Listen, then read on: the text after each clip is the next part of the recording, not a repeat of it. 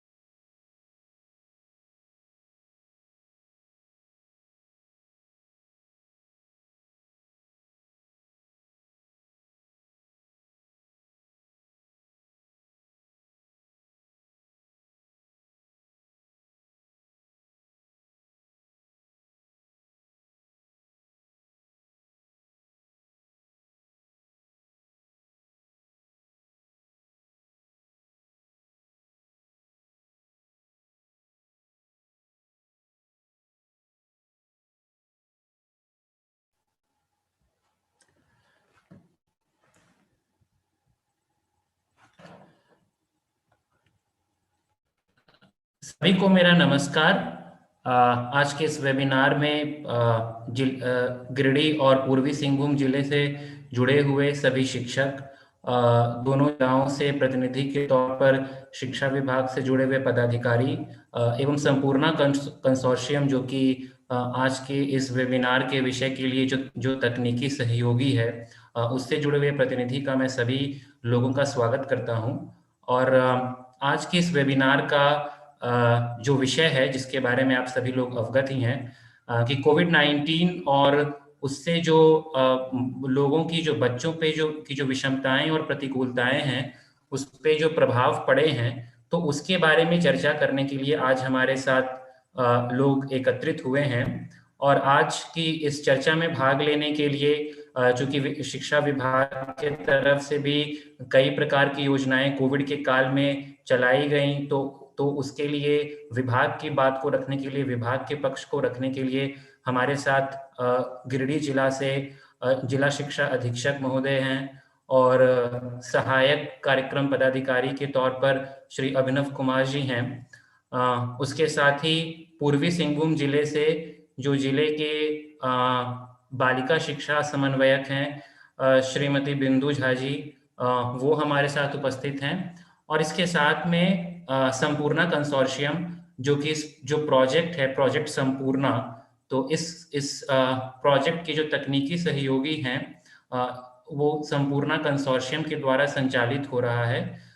तो इस कंसोर्शियम से भी हमारे साथ दीपिका सिंह हैं, ईशान शर्मा हैं एवं अमित शर्मा हैं। तो हम इन सभी वक्ताओं को आने वाले 60 से 90 मिनटों में सुनेंगे एवं उनकी राय को समझने की कोशिश करेंगे कि हमने जो जिस प्रकार के परिस्थितियों को कोविड-19 संक्रमण के दौर में झेला है और हमारे साथ आगे की योजनाएं क्या होनी चाहिए। तो इन आगे की योजनाओं को जानने से पहले जो समस्याएं हैं, उन समस्याओं को समझना जरूरी है। अब मैं थोड़ा सा जो प्रोजेक्ट संपूर्णा है इसके बारे में बताना चाहता हूं।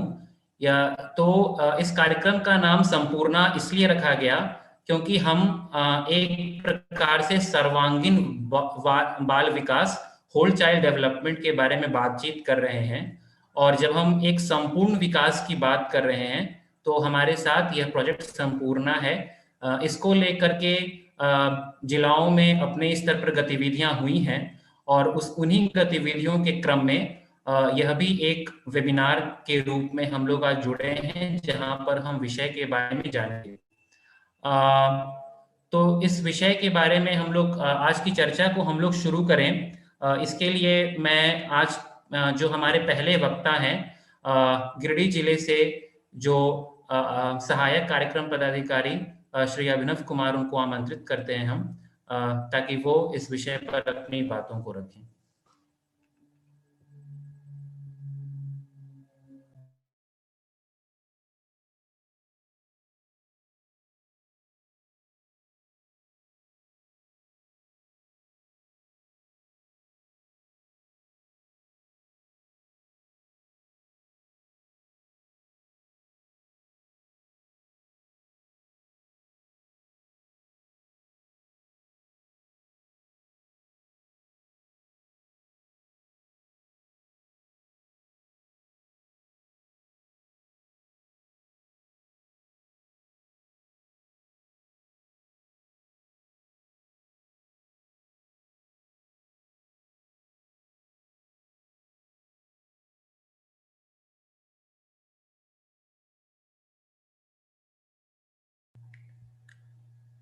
अभिनव जी से मैं आग्रह करूंगा कि वो काइंडली खुद को अनम्यूट करके इस विषय पर अपनी बातों को रखें।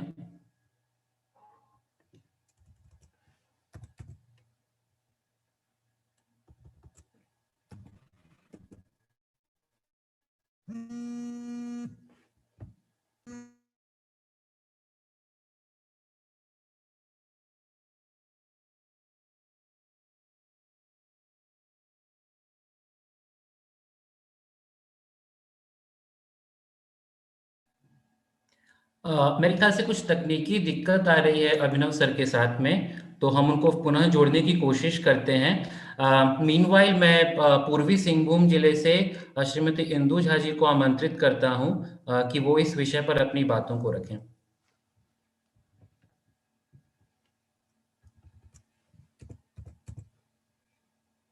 बिंदु मैम।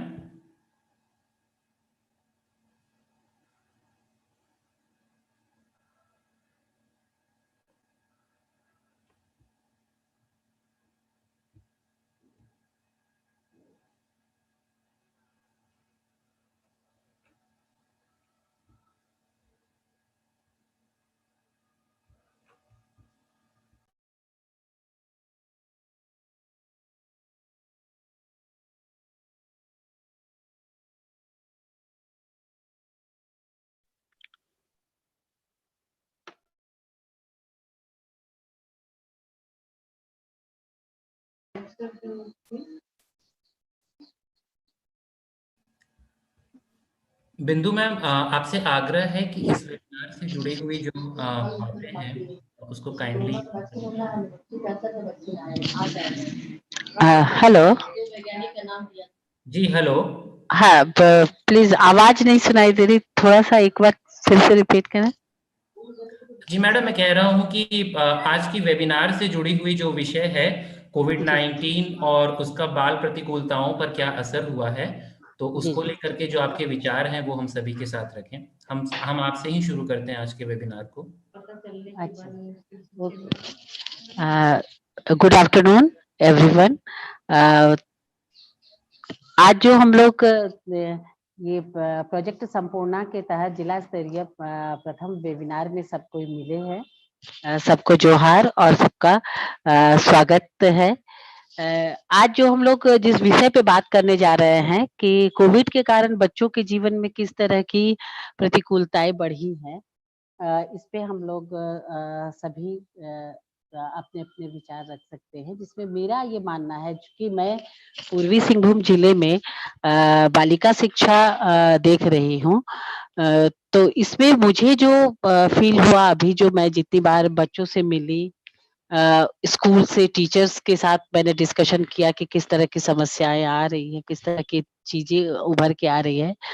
बच्चों से जो बातें हुई, उसमें जो मुझे सबसे पहले लगा कि अ, बच्चों में पढ़ाई से तो बच्चे वंचित हुए हैं। ऑनलाइन पढ़ाई हो रही थी, जिसमें हम लोग अधिकतर बच्चों को कोशिश कर रहे थे कि उनको पढ़ाई से डिजी 7 कार्यक्रम से जोड़ा जाए, और जो इसमें हम लोग 40-50% हम लोग सक्सेस भी हुए। कुछ बच्चों के पास जैसे छोटे फ़ोन होने के कारण वो बच्चे ऑनलाइन नहीं कर पाते थे, लेकिन फ़ोन से हम लोग कनेक्ट होकर के उनसे पूछना कि क्या दिक्कतें आ रही है, और उन दिक्कतों को सॉल्यूशन के लिए कहा जाता था। लेकिन जो एक देखा गया जैसे कि बच्चों में एक बहुत एक इरिटेशन, कि उनको जैसे स्कूल में जो माहौल मिलता था पढ़ने का, वो माहौल उनको घर में नहीं मिल रहा है। चीज़ों की दिक्कतें आ रही है, किताब कॉपी या उन और सारी चीज़ों की दिक्कतें हो रही थी। तो इनसे उनको एक इरिटेशन तो होता था, जिसके कारण वो मतलब पढ़ाई में अपना पूरा ध्यान नहीं दे पा रहे थे।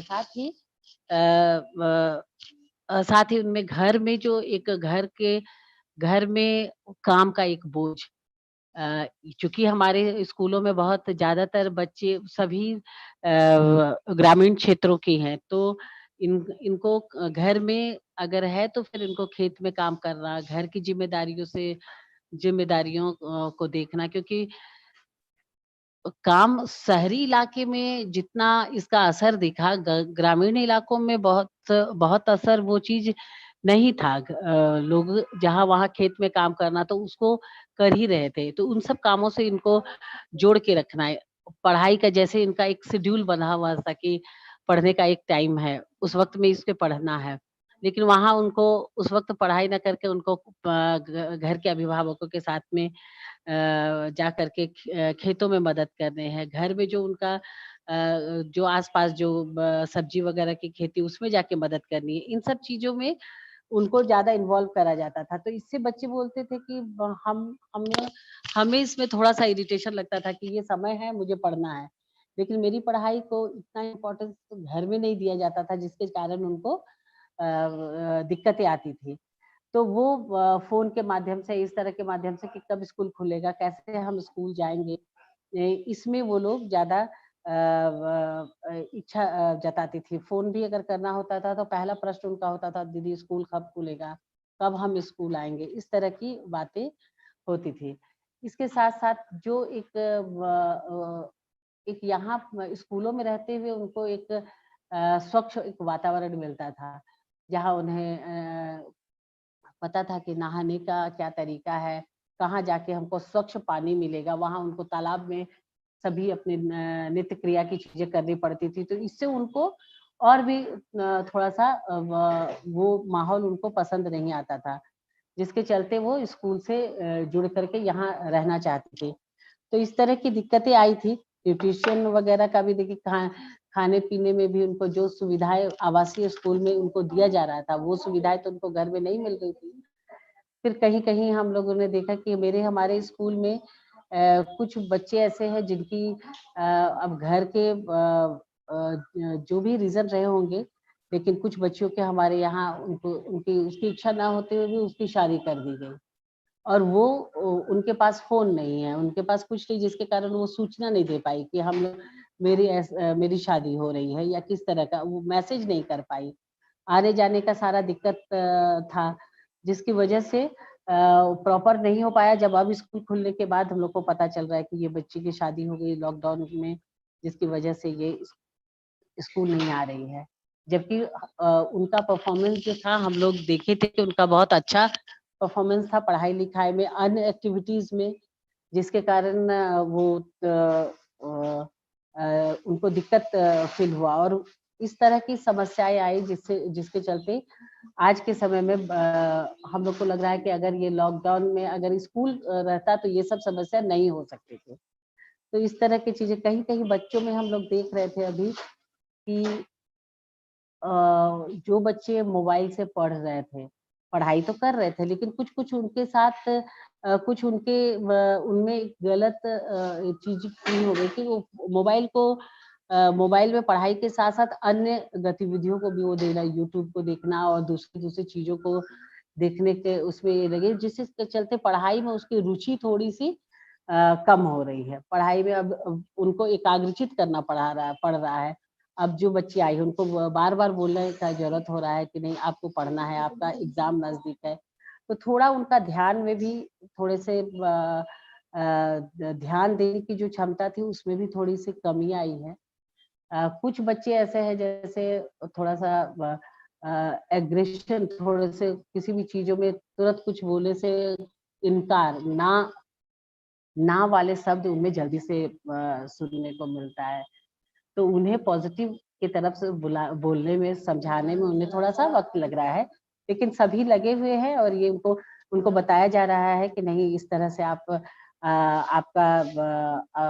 आपको सीरियस होकर के अपनी पढ़ाई करनी है, अपने चीज़ों को देखना है, अपने जीवन के लिए अपने जीवन में कैसे आपको बनना है, उस पर सोच के उसकी दिशा में कार्य करना है। तो इस तरह की समस्याएँ आ रही हैं।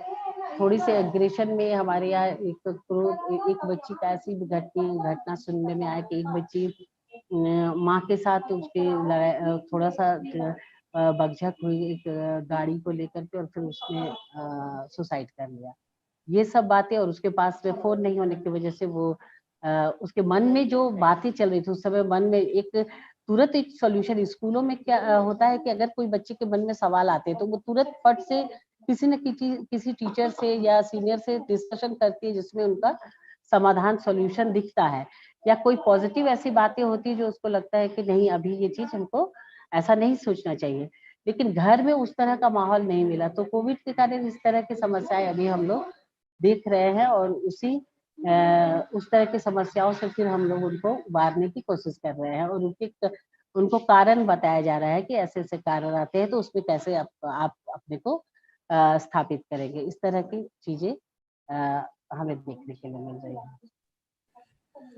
धन्यवाद बिंदु मैम। Thank you. आपने अपने जो अनुभव हैं, जो आपके जो अनुभव रहे बच्चियों के साथ काम करने को, उसको ही बहुत ही सीमित समय में आपने हम सभी के साथ साझा किए।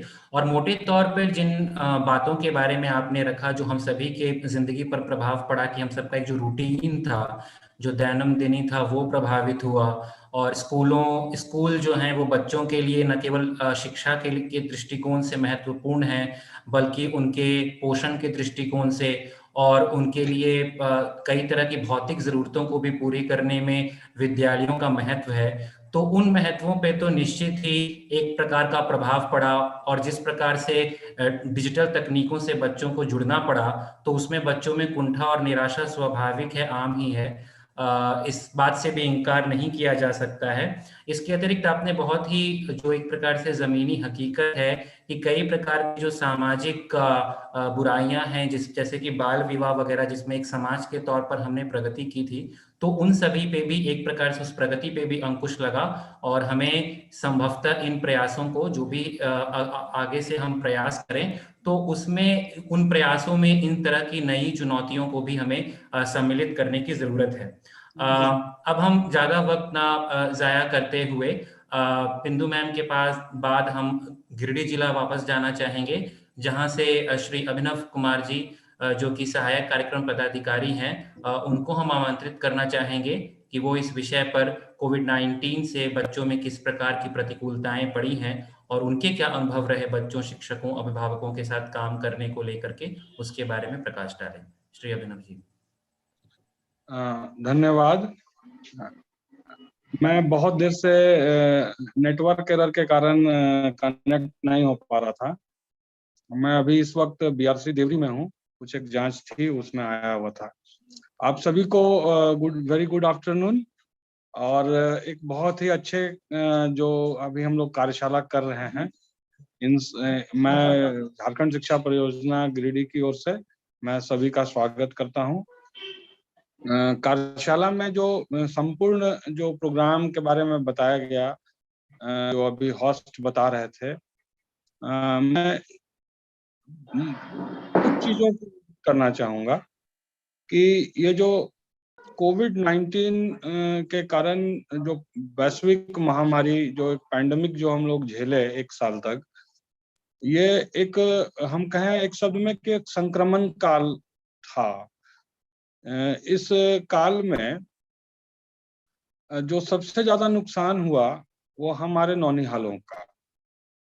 हमारे बच्चे जो अपने रूटीन लाइफ को बिल्कुल डिस्ट्रैक्ट हुए अपने रूटीन लाइफ से, और एक नए माहौल में आ गए जहां पर बहुत सी चीजों पर बंदिशें लगी।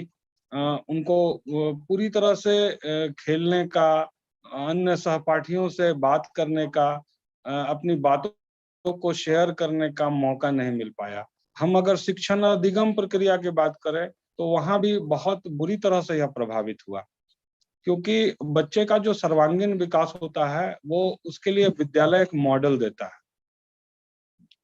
उस विद्यालय के माहौल में बहुत सी ऐसी चीजें हैं जो हम बच्चे सीखते हैं। बहुत से ऐसे को स्कॉलिस्टिक और स्कॉलिस्टिक दोनों अप्रोच से आगे बढ़ते हैं बच्चे। बच्चे का जो सर्वांगीण विकास है वो विद्यालय में ज्यादा बेहतर तरीके से संभव हो पाता है। जो अभी तक हम ये देख रहे हैं कि लगभग अभी भी प्राइमरी क्लासेस 1 to 7 अभी भी उपेक्षित ही है, क्योंकि विद्यालय अभी खुला नहीं है। अपर प्राइमरी सेक्शन का क्लास 8, 9, 10, 11, 12 ये सब जो है, सेकेंडरी सेक्शन ये चल रहा है, अब जाकर के वो रिकवर करेगा। हम आगे उम्मीद करते हैं कि हम लोग फिर से उसी दौर में लौट जाएं और हम फिर से जो हम खोए हैं उसको पाने का प्रयास करें।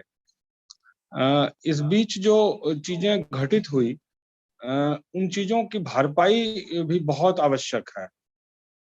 बच्चे, चूंकि हम देखते हैं कि हमारे सरकारी विद्यालयों में ज्यादातर बच्चे जो है वो गरीबी रेखा से नीचे बसर करते हैं, और जो सुविधाएं जो प्राप्त होती है जो एक इंग्लिश मीडियम स्कूल में, एक पब्लिक स्कूल में पढ़ने वाले बच्चों से उससे कहीं कम व्यवस्थाएं उनके लिए हो पाती है।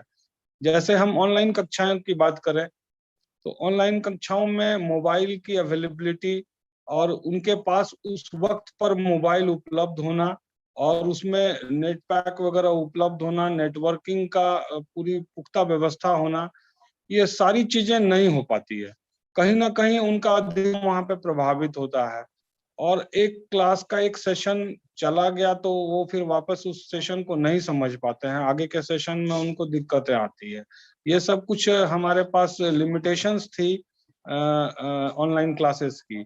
अभी जो हम लोग लर्नेटिक ऐप कहें या डिजिसात ऐप बोले तो इसके ये इन सब चीजों के द्वारा कुछ कुछ इस पर काम किया गया कि बच्चे बाद में भी उन सेशंस को देख सके और समझ सके और सीख सके। बाद के दौर में इसमें उत्तरोत्तर सुधार किया गया। अगर हम ये देखें कि बच्चों का सर्वांगीण विकास किन किन चीजों से प्रभावित होता है तो हम देखेंगे कि बच्चे जो है उनका इमोशनल स्किल्स बहुत मायने रखता है। उनका जो को स्कॉलस्टिक स्किल्स है, जैसे लीडरशिप क्वालिटी है, जैसे उनका इमोशनल इंटेलिजेंस है, जैसे उनको सोशल अडेप्टेबिलिटी है, जैसे बच्चे है सो अन्य सहपाठियों के साथ कैसा बिहेव करते हैं, क्या वो मोरल वैल्यूज को समझते हैं कि नहीं, लाइफ में डिसिप्लिन उनके लिए क्या मायने रखता है। इन सारी चीजों का जो है बच्चे के लिए ऑलराउंड डेवलपमेंट के लिए एक माध्यम बनता है। तो हम कहीं ना कहीं इन सब चीजों को लॉस किए हैं, तो इसको कंपेंसेट करने के लिए हमें एक मॉड्यूल की एक नितांत आवश्यकता थी, जो मुझे लगता है कि संपूर्ण जो योजना है, जो संपूर्ण कार्यक्रम है, इसके माध्यम से इसको पाटने का प्रयास किया जाएगा। एक पूरा एक सीरियटम बनाया गया है इसमें, जिसमें टीचर्स, बच्चे, टीचर्स, उनके अभिभावक, शिक्षक, हमारे ब्लॉक स्तर के पदाधिकारी, जिला स्तर के पदाधिकारी, संकुल साधन से भी, इन सबों का एक स्ट्राटा डिफाइंड है, सबकी अपनी रोल्स एंड रिस्पॉन्सिबिलिटी डिफाइंड है। तो अपने अपने लेवल से सबको प्रयास करना है, लेकिन उसका सबका केंद्र बिंदु हमारे बच्चे हैं। जो मेंटल फ्रस्ट्रेशन जो बच्चों को जो झेलना पड़ा, जो वो अपनी बातों को स्पष्ट नहीं रख पाते, जो अपने अवधारणाओं को समझ नहीं पा रहे थे, कहीं कुछ प्रॉब्लम आ गई, कोई इश्यू आ गई तो वो किसके पास जाएं, किनसे पूछें। पेरेंट्स जो होते हैं, हम जब ग्रामीण स्तर पर देखते हैं कि पेरेंट्स अपने 2 जून की रोटी कमाने में इतने व्यस्त रहते हैं कि बच्चों को प्रॉपर टाइम नहीं दे पाते। बच्चों के लिए उनके पास ये भी हो सकता है कि फर्स्ट जनरेशन स्कूल जा रहा है, तो बहुत सारा एकेडमिक जो बातें हैं वो बच्चे पेरेंट्स से लाभ नहीं ले पाते हैं। स्कूल जब बंद हो गया तो हमारे जो भी साधन सेवी थे या जो टीचर्स थे, वो बच्चों तक उनकी पहुंच नहीं बन पा रही, या बच्चों की टीचर्स तक पहुंच नहीं बन पा रही थी। इस कारण से वो बहुत सारी चीजें जो उनमें दबी सी रह गई, उन चीजों को बाहर निकालने का एक अवसर हमें देना चाहिए और उन सभी चीजों पर एक बार रीइंफोर्स कराना चाहिए, उन सभी चीजों को रीइंफोर्स कराना चाहिए कि कैसे आपका एकेडमिक डेवलपमेंट हो, कैसे आपका ऑलराउंड डेवलपमेंट हो। अभी तो मैं इतना ही कहूंगा कि जो चीजें आपको जो होस्ट बताएंगे और जो यहाँ शेयरिंग होगी, इसको सब लोग हम लोग लें और उसको बढ़िया से इस कार्यक्रम को हम लोग क्रियान्वित करें। धन्यवाद। बहुत बहुत धन्यवाद अभिनव सर जी। आपने काफ़ी अच्छे से बिंदु मैम की बातों को आगे बढ़ाते हुए 2-3 आयामों को छुआ कि विद्यालय केवल स्कोलास्टिक नहीं बल्कि को स्कोलास्टिक इश्यूज के लिए भी केंद्र होते हैं और कई तरह की स्किल्स जो हैं वो स्किल्स की ज़रूरत हमें इस कोविड-19 की वजह से, जब हम लॉकडाउन में रहे और विद्यालय जब बच्चों के जीवन का एक जो हिस्सा था वो नहीं था, तो इससे यह भी हमारी समझ हुई कि हम जिन कौशलों की बात करते हैं, चाहे वो सहभागिता का कौशल हो या नेतृत्व कौशल जैसा कौशल हो या टीम वर्क करने की भावना हो, इस प्रकार के कौशलों की हमें कितनी आवश्यकता है। और स्वाभाविक तौर पे हम जब समावेशी और सर्वांगीण विकास की बात करते हैं तो हम केवल अकादमिक पहलुओं की नहीं बल्कि मानसिक एवं शारीरिक स्वास्थ्य के बारे में बात करते हैं।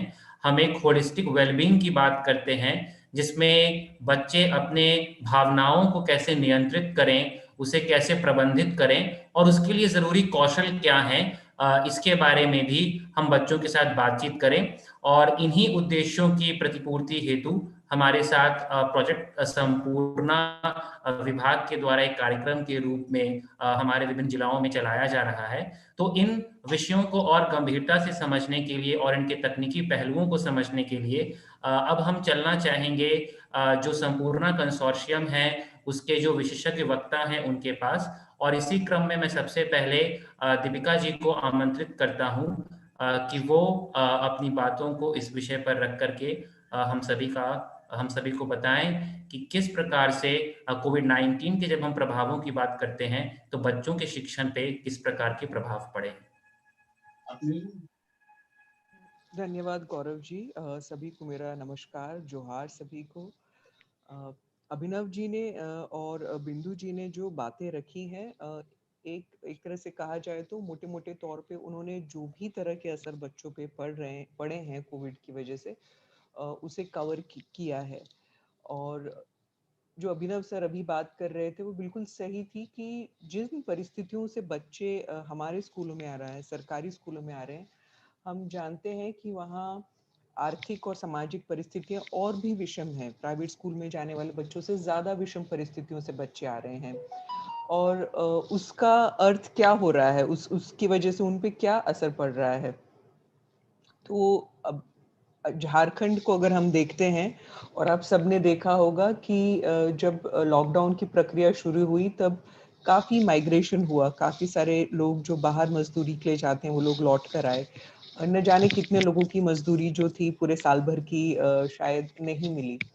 और कई बच्चों से जब हम बात कर रहे थे लॉकडाउन के दौरान, खास करके लड़कियों के साथ मैंने बातचीत की थी, एक चीज जो निकल कर आ रही थी, कई लड़कियों ने हमसे कहा कि लॉकडाउन की वजह से जब स्कूल बंद है दीदी तो हमको मिड डे मील नहीं मिल रहा है।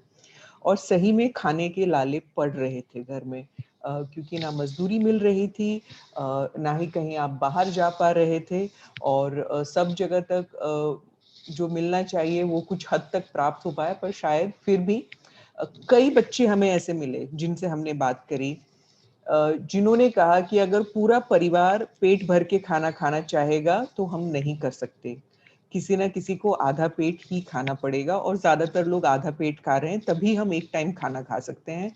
और ये बहुत सारी बच्चियां थी जिन्होंने हमसे ये बात कही। तीसरी बात जो निकल कर आई कि क्या असर पड़ रहा है, बच्चे छटपटा तो रहे ही थे बाहर जाने के लिए, क्योंकि शायद लड़कों को या जो कुछ एक पर्टिकुलर उम्र के बच्चे हैं उन्हें फिर भी बाहर कुछ सामान राशन ले जाने के लिए परिवार वाले जाने दे रहे थे, लेकिन लड़कियों को शायद वो भी मौका नहीं मिलता कि वो घर का राशन लेने के लिए या सामान लेने के लिए उनको परिवार बाहर भेजे और उसकी वजह से वो गली या मोहल्ले के नुक्कड़ तक जा पाए। तो बिल्कुल परिस्थिति ये थी कि वो घरों में बंद हैं। बिंदु जी ने जो बात कही बिल्कुल सही कि बहुत ज्यादा घर का जो काम था उसके अंदर उन्हें लगना पड़ा।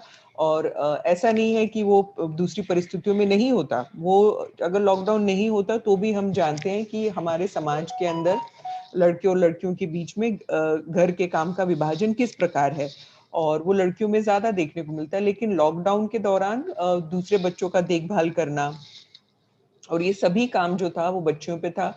और जो अभिनव सर भी बता रहे थे कि खेतों के अंदर काम करना, मजदूरी करना, तो अभी तो हमें पता नहीं है, जब अभी स्कूल खुले हैं और फिर से जब एनरोलमेंट होगा तो बहुत आंकड़े, बहुत रिपोर्ट्स आ चुकी हैं जो बता रहे हैं कि कितना प्रतिशत बच्चा शायद स्कूल में लौट के नहीं आएगा। एंड ये आंकड़े 40 से ऊपर के हैं, 40% से ऊपर बच्चे गिने जा रहे हैं कि भारत में शायद वो स्कूल तक लौट करके नहीं आए। और ये बहुत बड़े आंकड़े होंगे। जो हमने एक राष्ट्र के तौर पे जो प्रोग्रेस किया है एटलीस्ट एनरोलमेंट एंड रिटेंशन को लेके, उसके ऊपर काफी प्रभाव इस एक साल ने किया है। तो ये काफी रिपोर्ट्स बता रहे हैं, और जब स्कूल्स खुलेंगे तब हम लोग खुद भी देख पाएंगे कि हमारे पास किस संख्या, किस तादाद। तो दैट वो एक सबसे इम्पोर्टेंट चीज होगी हर स्कूल के अंदर, हर विद्यालय के अंदर एचएम्स और शिक्षकों के देखने के लिए कि कौन बच्चे हैं जो आ नहीं पा रहे हैं, वो कहाँ हैं, वो गांव में है भी या नहीं है। अगर गांव में हैं तो वो किस काम में जुड़े हुए हैं कि वो स्कूलों तक नहीं आ पा रहे हैं। तो ये एक एनरोलमेंट तो सबसे बड़ा एक पहला चीज निकल के आ रहा है। दूसरा जो बिंदु जी बात कर रही थी, मैं उसी बात को आगे बढ़ाना चाहूंगी कि उन्होंने कहा कि बच्चों में एग्रेशन या ना बोलने की प्रवृत्ति दिख रही है। और हमने जब बच्चियों से बातचीत की थी लॉकडाउन में, और अभी भी जब हम काम करना शुरू कर रहे हैं, तो अगर आप देखें तो स्कूल बंद हो गए थे एग्जाम से पहले, और अब स्कूल जो है खुल रहे हैं, और बहुत सारे बच्चों के बोर्ड एग्जाम्स थे तब। तो सबसे ज्यादा चिंता बच्चों को यही थी कि हमारी पढ़ाई छूट रही है, हमको एग्जाम देना है, उनको एग्जाम की बहुत चिंता थी। और अगेन फिर से कई रिपोर्ट आ रहे हैं, और इसमें किसी रिपोर्ट की जरूरत नहीं है, हम सब अपने आप को देख सकते हैं कि जब हम लोग घरों के अंदर 1 साल से बाहर नहीं जा पा रहे, लोगों से बातचीत नहीं हो पा रही, तो हम पे क्या असर हो रहा है। तो वो बच्चे तो हमसे भी छोटे हैं, उनका मानस और भी अभी डेवलप हो रहा है, तो उन पे किस प्रकार का असर पड़ा होगा। सो एंजाइटी और डिप्रेशन के लक्षण बच्चों में आना बिल्कुल एक स्वाभाविक बात है, ये होगा। और तब फिर हमारे लिए एक शिक्षक, एक एचएम और शिक्षा के क्षेत्र में काम करने वाले व्यक्ति होने के नाते ये सोचना अब बहुत जरूरी हो जाता है कि जब स्कूल खुलेंगे तो हमारा फोकस और हमारा ध्यान किस चीज पे होगा। क्या हमारा फोकस और ध्यान तुरंत इसी पे हो जाएगा कि गणित पढ़ना है, भाषा पढ़ना है, हमने साल भर से पढ़ा नहीं है, उसकी भरपाई होनी है, या फिर हमें इस पे भी ज्यादा ध्यान देना होगा कि ये 1 साल बच्चे नेग्लेक्टेड थे, शायद भूखे थे, बहुत चिंता में थे, किसी से मिलजुल नहीं पाए हैं, अपने दिल की बात किसी से कह नहीं पाए हैं, बच्चों के ऊपर शायद हिंसा हुई होगी घरों के अंदर। काफी केसेस हैं जो आपने देखा होगा कि ओवरऑल हिंसा के केसेस बढ़े हैं, उसका रिपोर्टिंग बढ़ा है। तो जब ये बच्चे हमारे पास आ रहे हैं तो हमें, और ये पढ़ाई के साथ साथ हमें एक्चुअली बच्चों के साथ किस चीज पे बातचीत करने की जरूरत है, हमें किस चीज पे फोकस करने की जरूरत है। क्या अभी ये ज्यादा जरूरी है कि हम उन्हें सुने, क्या ये ज्यादा जरूरी है कि हम जाने कि आपने क्या किया इन 10 महीनों में, क्या हुआ, कैसा महसूस कर रहे हो अभी आके। इतनी विषम परिस्थिति से जब आप बाहर आके निकलते हैं तो मैं आपको अपनी बात बताती हूँ कि शायद मैंने 1 साल बाद पिछले हफ्ते ट्रैवल किया था, और मैं रेस्टलेस थी। रेस्टलेस यानी मुझ में एक अजीब सी बेचैनी थी पूरा हफ्ता, और वो बेचैनी मैं समझ पा रही थी कि मैं इतने दिनों बाद बाहर निकली हूँ, ट्रैवल कर रही हूँ बाहर, अपने राज्य से बाहर। एक उसकी बेचैनी थी, खतरे की वजह से बेचैनी थी कि कभी भी मुझे भी इन्फेक्शन हो सकता है, चाहे हम कितना भी प्रिकॉशन ले। बहुत सारे कारण हो सकते हैं बेचैनी के। तो जो बच्चे हमारे पास आ रहे हैं, हो सकता है पूरा साल जब वो भी घरों में बंद रह करके आए हैं, न जाने उनके दिमाग में क्या चल रहा है, क्या बेचैनियां हैं, और तब हमारी भूमिका क्या होगी। क्या हम अभी भी उनसे गणित, सामाजिक विज्ञान और विज्ञान की बात करने से शुरुआत करना चाहेंगे, या हम दिन की शुरुआत इन चीजों से करना चाहेंगे कि आज वो कैसा महसूस कर रहे हैं, आज वो क्या करना चाहते हैं। और सही मायने में अगर अगर किसी तरह से स्कूल खुलने के बाद अगर हम कोई भरपाई करना, मुझे लगता है, ये मेरी मेरी समझ सोच है कि अगर कोई भरपाई करना सबसे ज्यादा जरूरी है, तो ये जो एक इमोशनल गैप जो आया है, हम सब लोग लर्निंग गैप की बात कर रहे हैं कि पढ़ाई के अंदर ये साल पीछे छूट गया, लेकिन इस 1 साल की वजह से उनके इमोशनल सेल्फ पे, उनके वेल बीइंग के ऊपर क्या असर पड़ा है, क्या हम उसकी भरपाई कर भी पाएंगे कभी, या ये त्रुटियां उनके व्यक्तित्व में हमेशा के लिए रह जाएंगी। क्या, और कौन कौन इसके ऊपर ध्यान देगा, परिवार ध्यान देंगे, या फिर जो रेजिडेंशियल स्कूल्स हैं जहाँ पे बच्चे शायद 24 घंटा हमारे पास होंगे, हमें भी ध्यान देना है, तो कौन इसकी जिम्मेदारी लेगा। क्योंकि शायद हो सकता है सरकार इसको मेजर नहीं करेगी साल के अंत पे कि गणित में कितने मार्क्स आए, शायद वो जरूर बात हो, लेकिन कितने बच्चे एंजाइटी और डिप्रेशन से बाहर निकले, शायद इसका कोई मानदंड नहीं होगा, शायद इसका कोई इवैल्यूएशन नहीं होगा। पर क्या वो काम किए बिना मैथ और साइंस के ऊपर काम करने से क्या सही में हम रिजल्ट पा पाएंगे। और वो रिजल्ट कितने व्याजबी होंगे, सही मायने में वो रिजल्ट के मायने क्या होंगे हमारे लिए अगर वो गणित विज्ञान में मार्क्स ले भी आए और जिंदगी भर के लिए वो एक गैप, जो इमोशनल गैप अभी हुआ है, जो इनसिक्योरिटी है, जो सेफ्टी नहीं मिल पा रही है, उसके वजह से जो उन पे असर हुआ है, क्या हम सही मायने में उसे कभी भरपाई कर पाएंगे, नहीं कर पाएंगे, और हम क्या कर सकते हैं।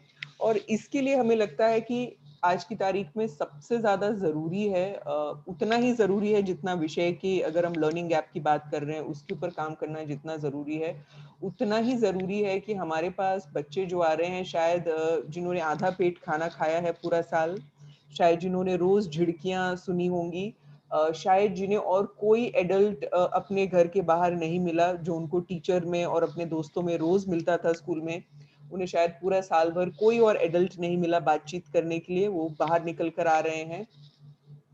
शायद एक साल बाद बच्चे एक समूह में फिर से बैठ रहे होंगे, अपने दिल की बात कह पा रहे होंगे या नहीं कह पा रहे होंगे, पर बहुत कुछ उनके लिए पहली बार एक साल बाद होगा। तो एज अ सिस्टम क्या हम तैयार हैं कि हम सही मायने में ये जो गैप हुआ है पूरे साल का, उसको हम लोग, मुझे नहीं लगता हम कभी भरपाई कर पाएंगे, लेकिन जो गैप हुआ है और उससे जो नुकसान हुआ है उससे उभरने के लिए हम क्या कर सकते हैं। और इसके अंदर मुझे लगता है, और सभी विशेषज्ञ इस पे मानेंगे, और जो अभिनव जी भी कह रहे थे और बिंदु जी भी कह रही थी कि अगर एग्रेशन है तो उसके ऊपर काम करना पड़ेगा हमको, अगर नकारात्मक सोच हो गई है, बार बार ना बोल रहे हैं, तो उसके ऊपर काम करना पड़ेगा। अगर आप देख रहे हैं कि वो गुमसुम हो गए हैं, चुप हो गए हैं, बात नहीं कर रहे हैं, तो उसके ऊपर हमें फोकस करके काम करना होगा। तो इसलिए सोशो इमोशनल लर्निंग जो संपूर्ण कार्यक्रम का जो सबसे बड़ा मतलब जो पूरा फोकस है इस कार्यक्रम का, कि बच्चों का किस तरह से सामाजिक रूप से विकास हो और भावनात्मक रूप से विकास हो, उसकी बहुत जरूरत पड़ेगी। और ये भी हम सोच लें कि कोविड में तो इतनी विषमताओं के बाद इसकी जरूरत और बढ़ गई है। अगर ना भी हो तो भी समाज के अंदर एक व्यक्ति की तरह अपना स्थान बनाने के लिए और एक जीवन व्यापन करने के लिए जितना जरूरी शायद अक्षर ज्ञान, भाषा ज्ञान और समझ की जरूरत है, उतनी ही समझ उन्हें अपने बारे में, अपनी भावनाओं के बारे में, मेरा प्रभाव दूसरों पे कैसे पड़ता है उसके बारे में, या जब कोई विषम परिस्थिति आती है मैं उस विषम परिस्थिति से कैसे जूझूं, मैं टूट ना जाऊं। जो बिंदु जी ने कहा कि कुछ नोकझोंक हो गई और बच्चे ने सुसाइड कर लिया, अब आप सोचिए उस बच्चे की मानसिक परिस्थिति क्या रही होगी कि इतना छोटा सा ट्रिगर जो था उसने उस बच्चे को तोड़ के रख दिया। तो क्या हम बच्चों को ऐसे कुछ सिंपल टूल्स दे सकते हैं जिससे कि उन्हें उन विषम परिस्थितियों में पता है कि ये करने से मुझे शायद कुछ फायदा हो, ये करने से शायद मुझे कामनेस महसूस हो, शायद कुछ सिंपल चीज कि ऐसा महसूस हो रहा है तो किसी को फोन लगा के बात करो, बहुत ही छोटी सी चीज है लेकिन इससे शायद एक सुसाइड रुक सकता है। या इतनी छोटी सी बात समझना कि जब मैं इस तरह से बिहेव करती हूँ तो दूसरे के ऊपर कितना बुरा असर पड़ रहा है और वो इंसान क्या कदम उठा सकते हैं। तो संपूर्ण का जो पूरा फोकस है वो यही है कि हम किस तरह से बच्चों को उस तरह से तैयार करें, ना कि सिर्फ उस तरह के टूल्स देके, लेकिन इस तरह से बच्चों के साथ काम हो कि वो अपने बारे में समझ बना सके, दूसरों के बारे में समझ बना सके और समाज के अंदर एक स्वस्थ सामाजिक व्यक्ति की तरह अपना स्थान बना करके जीवन में आगे बढ़ सके।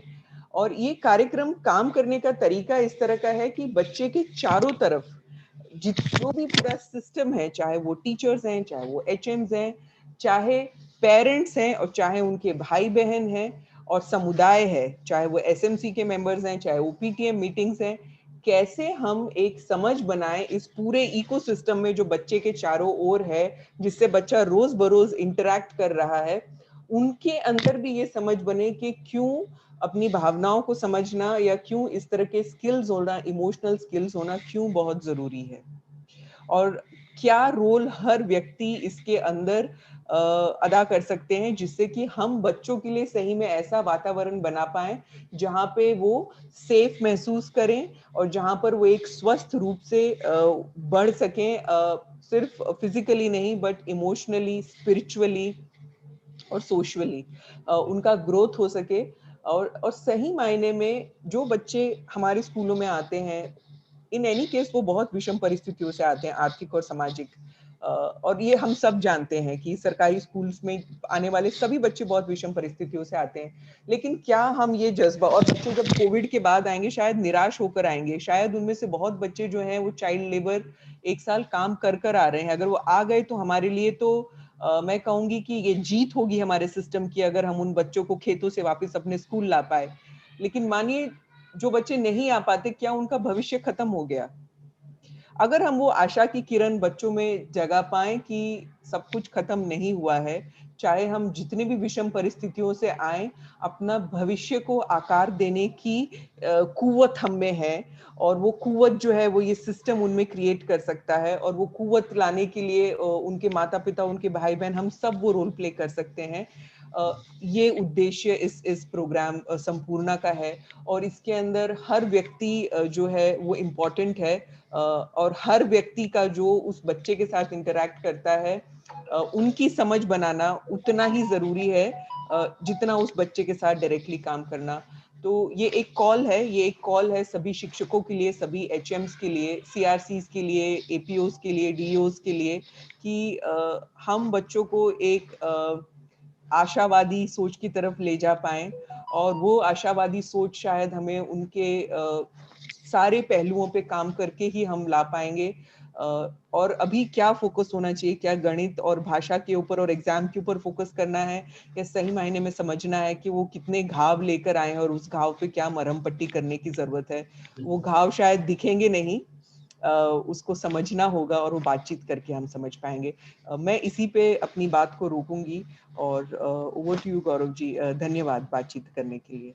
Thank you. बहुत बहुत धन्यवाद दीपिका जी, आपने बिल्कुल सारगर्भित तरीके से जो हमारे सच्चाई है कोविड-19 के बारे में, जब हम उसकी विषमताओं और प्रतिकूलताओं पर चर्चा करते हैं, और आपने ही बहुत सही तरीके से हम जब लॉस की बात करते हैं तो उस लॉस को केवल लर्निंग लॉस, केवल एकेडमिक लॉस तक ही सीमित नहीं रखते हुए एक दायरे के संदर्भ को रखा है, जहाँ पर कि वो अकादमिक लॉस से आगे बढ़ते हुए भावनात्मक लॉस की बात होती है। और बिल्कुल संभवतः इसका आकलन हो या ना हो, मूल्यांकन हो या ना हो, लेकिन जब हम एक कंप्लीट ह्यूमन बीइंग की बात करते हैं, जब हम इंसान को उसके सर्वांगीण और सार्वभौमिक रूप में देखते हैं, तो ये ज़रूरी है कि केवल जो जो विषय के कौशल हैं, जो गणितीय कौशल हैं, जो भाषाई कौशल हैं, जिस पर हमारा पूरा ध्यान है और जिसकी वकालत राष्ट्रीय शिक्षा नीति भी करती है, तो केवल हम उस तक सीमित नहीं रहें, बल्कि वही राष्ट्रीय शिक्षा नीति जो सामाजिक और जो सामाजिक और भावनात्मक शिक्षण की भी वकालत करता है और उस अधिगम के लिए भी हमें प्रेरित करता है, तो हम उसी को एक संदर्भ मानते हुए इस दृष्टिकोण से भी अपने जो हमारे इंटरेक्शन होंगे स्कूलों में जब बच्चे आ रहे हैं, तो उस पर हम जोर दें। आपने हमें यह भी बताया कि अभी जो हमारा जोर है कि हम स्कूल को की जो भौतिक संरचना है उसको हम तैयार करें और स्कूल की बिल्डिंगों को सैनिटाइज करें, तो केवल वही नहीं बल्कि जो बच्चे आ रहे हैं उन बच्चों से हम किस तरह से पेश आएँ, और हमें कितना केयरिंग, कितना कंसर्निंग होने की ज़रूरत है, और हमें यह इस सजगता के साथ उनसे बात करने की ज़रूरत है कि जो अकेलापन और जो खालीपन उनके जीवन में विगत महीनों में रहा है, उसको भरना इतना आसान नहीं है और इतनी जल्दबाज़ी में वो नहीं होगा। तो एक शिक्षक के तौर पर, एक पदाधिकारी के तौर पर हम सबकी यह ज़िम्मेवारी है कि हम कैसे बच्चों के साथ उनके सामाजिक और भावनात्मक अधिगम पे काम करें और उनको हम इसके लिए तैयार भी करें। हमने मिड डे मील के बारे में बात की और आपने अच्छी तरीके से बताया कि किस प्रकार से बच्चों के साथ चुनौतियाँ रही हैं और उनके जो भौतिक ज़रूरतें हैं, जैसा मैंने पहले भी कहा, जो खान-पान से जुड़ी हुई ज़रूरतें हैं, उसको भी पूरा करने का एक केंद्र के रूप में विद्यालय को माना जाता है। झारखंड में इस रूप में भाग्यशाली रहा कि विभाग ने अपनी संवेदनशीलता दिखाई और मिड डे मील भले ही विद्यालयों में चूँकि स्कूल हैं तो नहीं चले, बल्कि सूखे राशन का वितरण हमारे सभी शिक्षकों ने काफ़ी मेहनत से, शिक्षकों ने, सीआरपी बंधुओं ने काफ़ी मेहनत से यह सुनिश्चित किया कि जिन घरों में मिड डे मील नहीं पहुंच पा रहा है जिन बच्चों के लिए, तो उन घरों में सूखे राशन का वितरण सुनिश्चित किया जाए। आपने अच्छी मोड़ पर छोड़ा कि सामाजिक और भावनात्मक अधिगम के बारे में चर्चा को आगे बढ़ाया। तो इस पे और विस्तार से बात करने के लिए मैं कंसोर्शियम के श्री अमित शर्मा जी को आमंत्रित करता हूँ कि वो अपनी बातों को रखें कि कैसे हम भावनात्मक एवं सामाजिक अधिगम की तरफ अपने कदम बढ़ाते हुए और शिक्षक के तौर पर हम क्या कर सकते हैं। श्री अमित शर्मा जी। थैंक यू गौरव। मेरे पहले आई थिंक बिंदु जी ने, अभिनव जी ने और दीपिका जी ने काफी महत्वपूर्ण बिंदुओं की तरफ हम सबका ध्यान वो लोग लेकर गए हैं। दो तीन चीजें हैं जो मैं पहला बताना चाहूंगा कि जब ये पूरा चीज शुरू हुई थी लॉकडाउन का, तब उस वक्त एक बहुत इंपॉर्टेंट घटना हो रही थी कि दिल्ली सरकार जो है वो एक नए एजुकेशन बोर्ड के गठन के लिए एक समिति बना रही थी। और उस समिति का जो एक संचालन है वो हम ड्रीम के थ्रू, मतलब मैं उसमें डायरेक्टली इन्वॉल्व था। उसमें जितने भी हमारे शिक्षा जगत के एक्सपर्ट्स हैं, कुछ तकरीबन 25 एजुकेशन एक्सपर्ट्स गवर्नमेंट और एनजीओ स्पेस से वो लोग थे, और वहां पर हम लोग अक्सर कोविड से रिलेटेड जो भी परेशानियां आई हैं विद्यालयों में उस पर बात किया करते थे। तो बहुत सारे पहलू, बहुत सारी रिसर्च हमने उस दौरान हमने बहुत डिटेल में समझी है जो जिन्होंने असर डाला है हमारे विद्यालयों में। तो दो तीन चीजें आई थिंक जो ऑलरेडी सब लोगों ने बोल दी है, मैं बस क्विकली उस पर रिएटरेट करूंगा। एंड देन जो गौरव ने सवाल पूछा है कि कैसे हम विद्यालयों को तैयार कर सकते हैं इस चीज से जूझने के लिए, मैं उस पर ज्यादा समय देना चाहूंगा। तो पहली बात तो हमें ये समझना है कि जब ये लॉकडाउन शुरू हुआ था 2020 मार्च में, उस वक्त हमारा एक बच्चा, अगर आप मान लीजिए वो तीसरी कक्षा में या दूसरी कक्षा में था, उस वक्त उसका ट्रांजिशन दूसरी से तीसरी या तीसरी से चौथी या चौथी से पांचवी में हो रहा था। और आज जब ये लॉकडाउन को तकरीबन 1 साल हो गया है, तो वो बच्चा एक तरह से अगली कक्षा में मूव कर रहा है। तो एक तरह से देखा जाए तो जो बच्चा 2 फरवरी या मार्च 2020 के अंदर दूसरी कक्षा में था, वो अब विद्यालय खुलने के बाद में सीधा 5वीं कक्षा में चला जाएगा। तो पूरा 1 साल का जो उनका लर्निंग गैप होता है, जो 1 साल में उनको समझना होता है, चाहे वो गणित के माध्यम से हो, चाहे वो न्यूमरेसी लिटरेसी जिसे हम बोलते हैं साक्षरता के माध्यम से हो, चाहे वो उसका इमोशनल ग्रोथ हो, वो सब कहीं ना कहीं खो गया है सिस्टम में, और हम सबको नहीं पता कि वो वापस हम कैसे लेकर आ पाएंगे। पहली चीज ये। दूसरी चीज जो बहुत इंपॉर्टेंटली सभी लोगों ने मेंशन की है और साइंटिफिकली प्रूवन है कि जब भी एक बच्चा विद्यालय में रहता है, वो जैसे मान लीजिए, और खासकर छोटे बच्चे जब भी वो कोई चीज सॉल्व कर रहे होते हैं, जैसे मान लीजिए उसको एक टीचर ने सम दिया गणित का 2+2 आप करके दिखाइए, जब वो बच्चा सही से करता है तो टीचर जब उसे प्रोत्साहित करता है तो वो प्रोत्साहन उसके इमोशनल ग्रोथ, जो उसकी लाइफ स्किल्स जो हम बोल सकते हैं, उसमें बहुत बड़ी भूमिका निभाता है। और इसी तरह जब वो बच्चा अपने दोस्तों के साथ खेलता है या खेलती है, ये सब पहलू धीरे धीरे उसके सर्वांगीण विकास के लिए बहुत महत्वपूर्ण होते हैं, जो कहीं ना कहीं पिछले 1 साल में रुक गए। तो एक तरह से न्यूमरेसी लिटरेसी का तो लॉस हुआ ही है, पर जो बच्चा अपने साथियों के साथ में, विद्यालय के टीचर्स के साथ में सीखता है पिछले 1 साल में, वो सब लाइफ स्किल्स जो है, जिसे हम जीवन कौशल बोलते हैं, उसका भी बहुत हद तक नुकसान हुआ है। एक और इम्पोर्टेंट घटना हुई है जो आई थिंक MHRD ने शुरू की थी, जहां पर वो लोग, पर ये लॉकडाउन के पहले की बात है, जब वो बहुत सारा कोर्स जो है, टेक्स्ट बुक जो बहुत मोटी हुआ करती है, उसे पतली करने का एक प्रयास कर रहे थे। और एक और जो लॉस हुआ है, इस टाइम पर जब विद्यालय बंद थे, तो क्या MHRD ने या डिफरेंट SCRTs ने जो अलग अलग स्टेट्स में है, अपने पूरे करिकुलम को और अपने पूरे कंटेंट को सोशल इमोशनल लर्निंग या लाइफ स्किल के पॉइंट ऑफ व्यू से वापस देखा है कि नहीं देखा? मुझे नहीं लगता, क्योंकि हम बहुत सारे डिस्कशंस का पार्ट रहे हैं, ऐसी कोई भी सरकार का उदाहरण हमें नहीं मिलता है जहां पर उन्होंने अपने पूरे कंटेंट को और करिकुलम को सोशल इमोशनल लर्निंग या जीवन कौशल के पॉइंट ऑफ व्यू से पूरा देखा हो कि गणित में कैसे हम सोशल इमोशनल लर्निंग या फिर जीवन कौशल को इनकॉर्पोरेट कर सकते हैं। तो ये एक बहुत बड़ी अपॉर्चुनिटी लॉस्ट है, जहां पर हमारे पास समय था, हमारे पास रिसोर्सेज थे, जहां पर हम इस चीज को और ठीक कर सकते थे। एक और इम्पोर्टेंट चीज हुई है एडवर्सिटी के पॉइंट ऑफ व्यू से। अगर आप देखोगे तो जो आई थिंक दीपिका जी ने बहुत बताया है कि हमारे स्कूलों में जो बच्चे आते हैं, पहले ही वो बहुत एडवर्स, जिसे हम बोलते हैं कि हमारा जो इकोनॉमिकल बैकग्राउंड है, उसमें सबसे नीचे तबके के लोग होते हैं। और जब ये लॉकडाउन लगा, ज्यादातर इन घरों के अंदर वायलेंस बच्चों के साथ में देखा गया बहुत सारे, और ऐसा नहीं कि सिर्फ उसी तबके में होता है, बड़े घरों में भी वायलेंस होता है, पर वहां पर चूंकि अमीर लोग जो मतलब सोशियो इमोशनल कैटेगरी में थोड़ा ऊपर आते हैं, उनके पास स्पेस होता है, फिजिकल स्पेस, मतलब मेरे पास 2 कमरे हैं या 3 कमरे हैं, जहां पर वायलेंस को थोड़ा बच्चा अवॉइड कर सकता है। पर इन घरों में जहां पर ज्यादातर एक कमरे का घर हुआ करता था, अगर बच्चे के साथ में डायरेक्टली वायलेंस नहीं हो रहा है पर वो अपने घर में किसी और के साथ वायलेंस देख रहा है, तो उसका बच्चे की मानसिकता पर बहुत गहरा प्रभाव पड़ रहा है। तो एक तो बच्चा बहुत ही ज्यादा बैकवर्ड बैकग्राउंड से आ रहा है जहां पर उनको खाने की परेशानी है, प्लस वो वायलेंस को डायरेक्टली विटनेस कर रहा है। और इसमें एक जेंडर इशू भी प्ले करता है जहां पर ज्यादातर मेल डोमिनेंस वायलेंस ज्यादा होती है। तो अगर एक मेल बच्चा है तो वो देखकर ये सीख रहा होता है कि एज अ मेल मैं अलाउड हूँ वायलेंस करने के लिए, मैं कर सकता हूँ, ये सोशली एक्सेप्टेबल है। और एज अ फीमेल मेरे दिमाग पे ये छाप छुड़ती है कि एज अ फीमेल मैं एक लेसर रिक्वायर्ड जेंडर हूँ और मुझ पर वायलेंस होगा तो मैं आवाज नहीं उठा सकती हूँ। तो ये बहुत सारे नैरेटिव सेट हुए हैं बच्चों की मानसिकताओं के साथ में पिछले 1 साल में, जो बहुत इंपॉर्टेंट है। इसमें एक रूरल एंड अर्बन बैकग्राउंड का भी एक कॉन्सेप्ट है, जहां पर रूरल बैकग्राउंड के अंदर जो पेरेंट्स हैं ज्यादातर वो लेबर और डेली वेज वर्कर्स के हिसाब से रहते हैं, तो बच्चों के पास में नॉर्मली एक स्मार्टफोन होता है घर में। तो आप कितना ही कंटेंट ऑनलाइन बना लें, पर जब वो फोन घर में रहेगा ही नहीं तो बच्चा उसे नहीं देखेगा, बच्चा उससे नहीं सीखेगा। हमने एक रिसर्च करवाई थी दिल्ली में जब हमने ये ऑनलाइन शुरू किया था, दिल्ली और उत्तराखंड के अंदर, जहां पर ये आया था कि 30% से भी कम बच्चे दिल्ली के अंदर, जबकि दिल्ली एक संसाधन से भरा हुआ राज्य माना जाता है, 30% से भी कम बच्चों के पास में ऑनलाइन एक्सेस था। और उसमें से कितने बच्चे सीख रहे थे उसका तो कोई आकलन ही नहीं किया।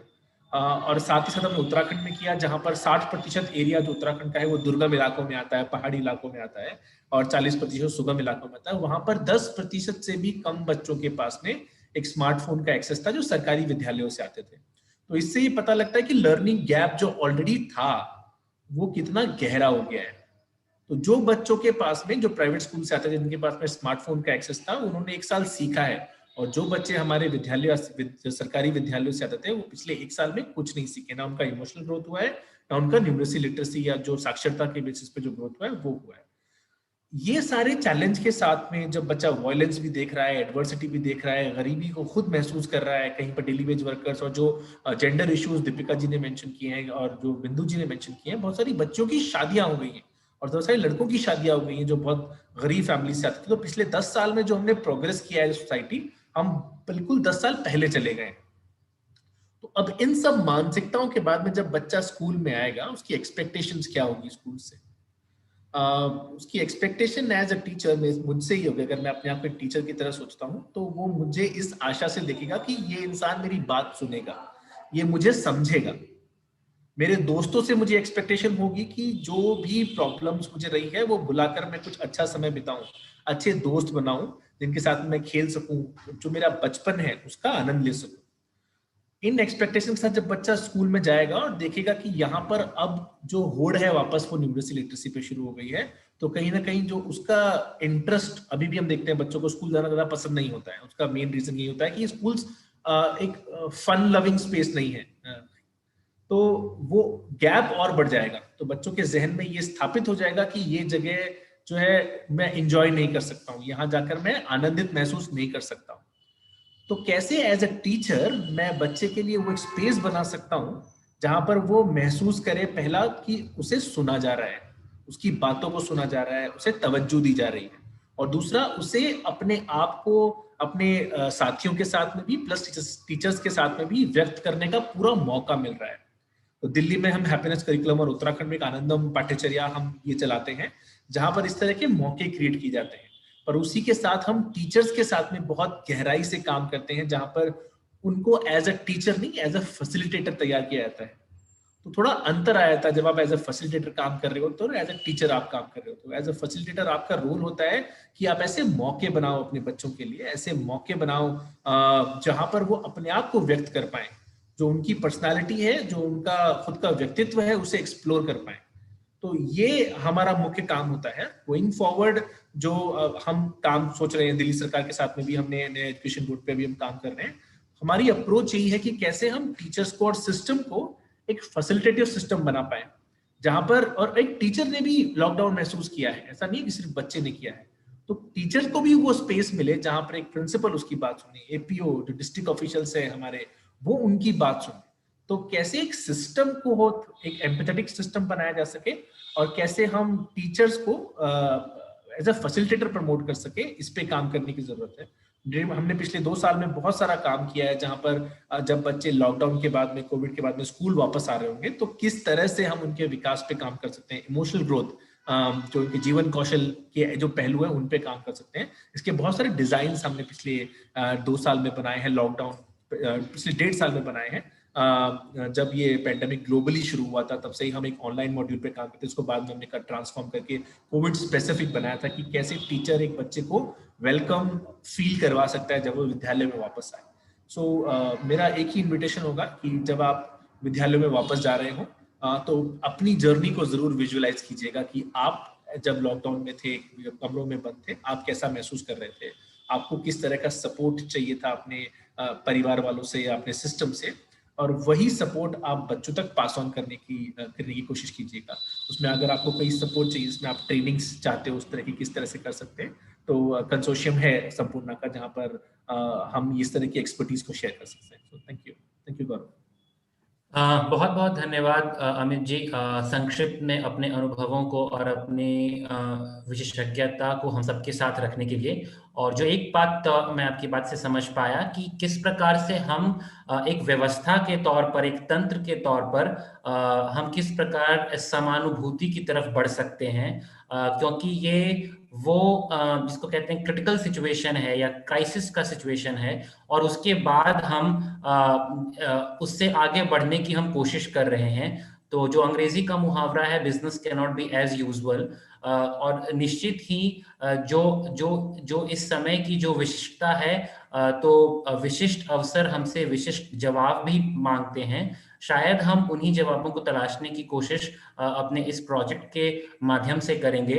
और जिन गतिविधियों का आपने जिक्र किया कि हम कैसे शिक्षक को एक फैसिलिटेटर के रूप में देखें, और कैसे शिक्षक इसके लिए तैयार हों कि जो बच्चे या बच्चियां उनके साथ आए, उनसे किस प्रकार से पेश आए, तो हम कोशिश करेंगे कि इस कार्यक्रम के तहत हम इन उद्देश्यों की प्राप्ति कर सकें। अब मैं अपने अपने अगले वक्ता श्री ईशान शर्मा जी को आमंत्रित करना चाहता हूं कि अभी के 2 वक्ताओं ने और जो हमारे विभाग के अनुभव शेयर किया, श्रीमती बिंदु झा जी ने और श्री अभिनव जी ने, तो उनके हम इन सभी बातों को एक प्रकार से समेकित करते हुए इस कोविड के वजह से जो बच्चों के स्वास्थ्य पे, बच्चों के पोषण पे क्या प्रभाव पड़ा है, क्योंकि हम पहले ही से ही इस बात को मानते हैं कि विद्यालय केवल शिक्षण नहीं बल्कि एक सर्वांगीण विकास का केंद्र है। तो ईशान जी। धन्यवाद गौरव, नमस्कार, जोहार सभी को। आई थिंक सबसे पहले तो मैं हमारे साथ जुड़े हुए जितने सभी शिक्षक साथी, शिक्षक पदाधिकारी, सीआरपी आप जुड़े हैं, जो लोग सुन रहे हैं, मैं आप सबके प्रति अपना आभार व्यक्त करना चाहता हूँ। आभार मैं इसलिए व्यक्त करना चाहता हूँ कि आप सब लोग बड़ी सजगता के साथ इस मुद्दे से जुड़कर परिचर्चा में शामिल हो रहे हैं।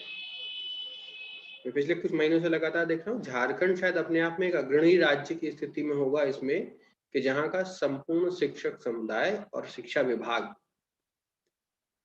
कोविड की परिस्थिति में बच्चों के संग जो घटित हुआ है उसको संवेदनशीलता के साथ कैसे डील किया जाए और आने वाले समय में उनके संग किस प्रकार से एंगेज किया जाए, उस पर एक विशेष प्रयास कर रहा है। तो इस सक्रियता के लिए आप सब लोग बधाई का पात्र हैं। अब जब बात आती है, जो गौरव का प्रश्न था कि अभी तक हमने क्या सुना और स्वास्थ्य की क्या बात है, तो मुझे अपने बचपन में मुझे कोई भी वो दिन याद नहीं है जिस दिन मुझे क्लास में अगर भूख लग रही हो तो मेरा ध्यान जो भी मेरे टीचर पढ़ा रहे थे उस पर रहा हो। बहुत सी दफे हम सारे लोग शिक्षक हैं, हम बच्चे रहे, स्टूडेंट रहे, थोड़ा वापस जाके देखें तो जब हमें क्लास में भूख लगती थी, हम टिफिन लेके जाते थे घर से, तो क्लास के बीच में टिफिन में से निकालते थे और खाते थे और फिर बोर्ड की तरफ देखने लगते थे। ऐसा हम में से बहुत सारे लोगों ने किया है। खाना एक फिजिकल नीड है।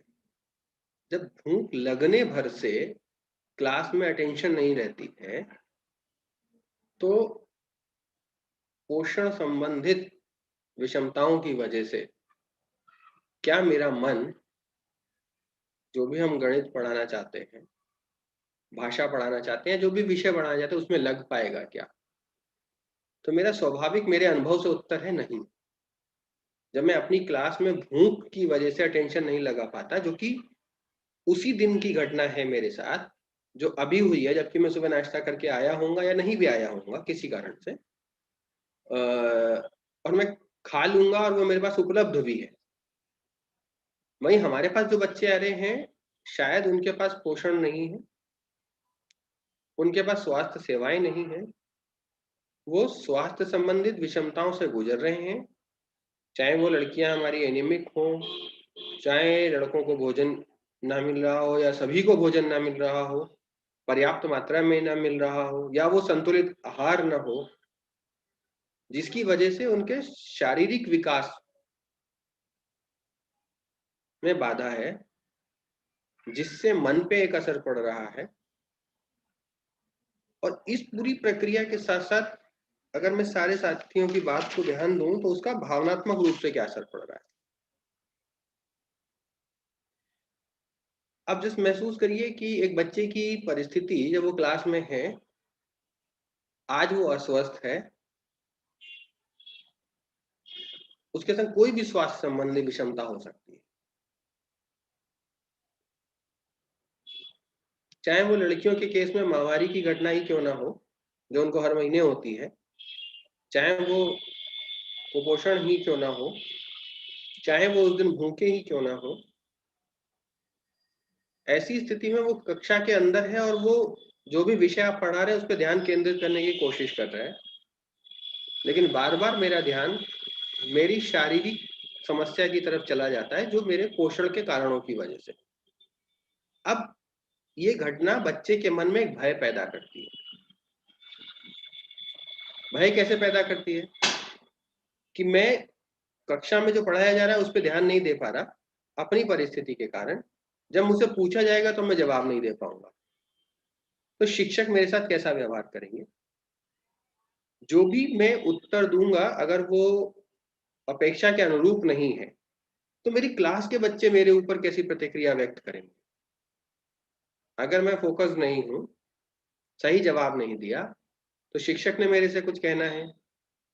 जब मेरे शिक्षक मेरे से कुछ कहेंगे, तो मेरे क्लास के बच्चे मेरे प्रति क्या प्रतिक्रिया करेंगे? तो इतने सारे मानसिक दबावों के बीच एक बच्चा क्लास के अंदर होता है।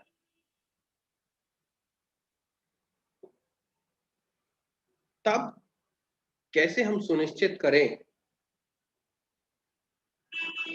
कि वो, जो अभिनव जी बात कर रहे थे कि इस कोविड की सिचुएशन में एक्सप्रेशन का चैलेंज आया है, तो विषमताएं शायद हम एक दिन में दूर नहीं कर पाएंगे, पोषण संबंधित शायद हम एक दिन में दूर नहीं कर पाएंगे, भावनात्मक विषमताएं हम एक दिन में दूर नहीं कर पाएंगे, सामाजिक विषमताएं शायद हम एक दिन में दूर नहीं कर पाएंगे। Let's be honest about it. लंबी प्रक्रिया है, उसके लिए लंबी लड़ाई हम सबको लड़नी पड़ेगी। लेकिन हम क्या कर सकते हैं? हमारी कक्षा के अंदर जो बिंदु मैडम ने 4-5 चीजें कही थी, health and hygiene, food, child marriage, aggression, loss of attention, और later moving toward the grief is converted into a suicide। स्वास्थ्य समस्याएं हो रही हैं, भोजन की समस्या हो रही है, बाल विवाह जैसी घटनाएं बढ़ रही हैं, बच्चों का अटेंशन स्पेन घट रहा है, दुख इस कदर हो रहा है कि वो आत्महत्या तक बढ़ रहे हैं। वहीं अभिनव जी कह रहे थे कि वो, उनका एक्सप्रेशन घटा है, यानी वो अभिव्यक्त नहीं करने के मौके घट गए हैं उनके पास, और उनकी मोबिलिटी घट गई है। पहले बच्चा घर से स्कूल तक जाता था, वो एक रास्ता था। स्कूल के अंदर कुछ खाली समय था जहां वो अपने आप को स्वतंत्र रूप से प्रस्तुत करता था। तो बतौर शिक्षक या शिक्षा समुदाय या शिक्षा विभाग, जो भी हम इसको नाम दे लें, जो एक भूमिका मेरे को नजर आती है, जिसके बारे में दीपिका जी कह रही थी कि वो जो भावनात्मक रूप से जो लॉस हुआ है, फीलिंग्स कहाँ एक्सप्रेस करें, तो क्या आने वाले समय में जब स्कूल खुल रहे हैं, हम बच्चे के इमोशनल एक्सप्रेशन की अपॉर्चुनिटी क्रिएट कर सकते हैं क्या? वो अपने भावों को व्यक्त कर सकता है, वो भाव व्यक्त करने में संकोच ना करे। ऐसा कुछ माहौल बनाने की अगर हम कोशिश करेंगे तो कुछ हद तक ये जो कोविड-19 का प्रयास है, जो प्रभाव है हमारे ऊपर, वो कम हो सकता है। और साथ ही अमित अभी जो कह रहे थे कि कोविड केवल बच्चों के लिए नहीं है, हम सारे साथियों के लिए, हम सब शिक्षक समुदाय के साथ के लिए भी है। तो आप भी जब घर से निकलते हैं तो ये सोच के निकलते हैं कि शायद मैं शाम को घर लौटूं तो सुरक्षित लौटूं, कोविड लेके ना लौटूं अपने घर के सदस्यों के लिए। हम में से कोई बाहर जा रहे हैं, मिल रहे हैं, काम कर रहे हैं। दीपिका कह रही थी कि वो 1 साल बाद निकली, 1 सप्ताह के लिए निकली और वो बहुत चिंतित थी। आप लोग रोज घर से निकल रहे हैं, आप भी उतने ही चिंतित हैं। तो ये जो एक इमोशनल क्राइसिस है आज की डेट में, मैं इसको कहूंगा, इसमें हम एक्सप्रेशन को बनाए रखें, अपनी अभिव्यक्ति को बनाए रखें। आपके लिए भी अपनी अभिव्यक्ति बनाए रखना, बच्चों के लिए भी अपनी अभिव्यक्ति बनाए रखना, और स्कूल के अंदर वो एक माहौल बने जहां हम एक दूसरे को सुन पाए और एक दूसरे की परिस्थिति को महसूस कर पाए। ये हमारे लिए लगता है एक बड़ी भूमिका होगी। अगर हम इस भूमिका के लिए कुछ कदम अपने आगे बढ़ा पाए, जिसके लिए पूरा संपूर्ण कंसोर्टियम आपके साथ है, जो भी आपने हमारे जिलों में हमसे हो सकता है, सब साथ मिलकर करेंगे, तो शायद हम इस महामारी के जो बच्चों के ऊपर प्रभाव हुए हैं, खास करके भावनात्मक रूप से नकारात्मक जो प्रभाव पड़े हैं, उनके खिलाफ हम एक सशक्त लड़ाई लड़ सकते होंगे। यही कहते हुए मैं अपनी बात को यहाँ रोकूंगा। धन्यवाद। बहुत बहुत धन्यवाद ईशान भाई, इस पूरे चर्चा को समेकित करने के लिए। और जो बच्चों के खान पान और गौरव, पोषण, आपकी आवाज नहीं आ रही है। अच्छा, हेलो, आवाज आ रही है मेरी? जी गौरव, आपकी आवाज बिल्कुल क्लियरली आ रही है। आ रही है आपकी आवाज। ओके, धन्यवाद धन्यवाद। तो ईशान भाई, आपका बहुत बहुत धन्यवाद। जिस प्रकार से आपने बच्चों के पोषण और खान पान पे जो कोविड के प्रभाव पड़े हैं उसके बारे में बात को रखा, और साथ में स्कूलों की तैयारी को जब हम समझने की कोशिश करते हैं, तो स्कूलों को, स्कूल में पढ़ाने वाले शिक्षक को, उसके प्रभारी प्रधानाध्यापकों को किस प्रकार से तैयार रहना पड़ेगा। क्योंकि अक्सर जब हम बात कर रहे हैं कि एक समाज के तौर पर जब हमने प्रगति अर्जित की थी, तो वो प्रगति न केवल अवरुद्ध हुई है बल्कि हम शायद वापस लौट गए हैं। तो उस वापसी के आगे बढ़ने के क्रम में हमें क्या-क्या तैयारियां करनी होंगी, इस पर आपने काफी विस्तार से अपनी बातों को रखा। अब हम इस कार्यक्रम के सबसे अंतिम पड़ाव पर पहुंच चुके हैं और लगभग 1 घंटे से ऊपर का वक्त भी हो चला है। हमने 1 घंटा निर्धारित किया था इसकी चर्चा का वक्त।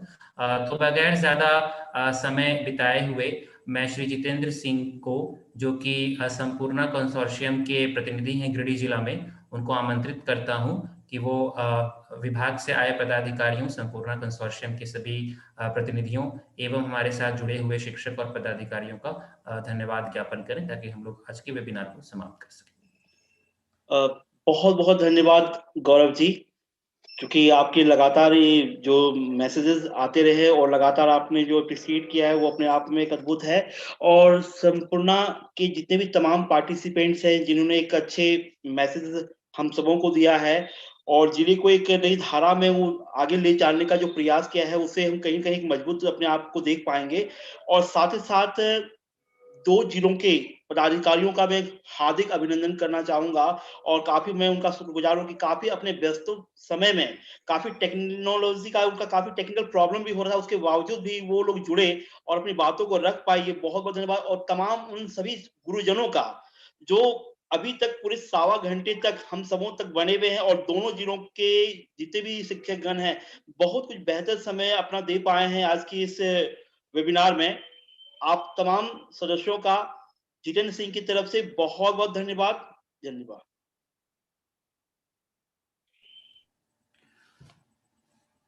धन्यवाद जितेंद्र जी। तो आई थिंक हम लोग एक बार पुनः सभी को धन्यवाद, और आगामी त्योहार है होली का, तो होली की सभी को शुभकामनाएं। उसके पहले आप सभी जितने भी लोग जुड़े हैं आज की चर्चा में, तो आप सभी से आग्रह होगा कि चैट बॉक्स में आपके साथ एक लिंक शेयर किया गया होगा, तो आपके सुझाव और आपकी समझ सभी आमंत्रित हैं। मुश्किल से वो 60 से 90 सेकंड लगेगा इस फॉर्म को भरने में। इसका लिंक आपके चैट बॉक्स में है, जो जूम का चैट बॉक्स होता है वहां पर आप देख पाएंगे, और विभिन्न व्हाट्सएप समूहों के द्वारा भी आप तक ये पहुंचेगा। पर सभी से आग्रह होगा कि 1 मिनट का समय लगेगा, काइंडली इस लिंक को खोल दें और उसमें अपने जो फीडबैक है उसको रजिस्टर कर दें। और सभी का पुनः बहुत बहुत धन्यवाद, और होली को बहुत बहुत शुभकामनाएं।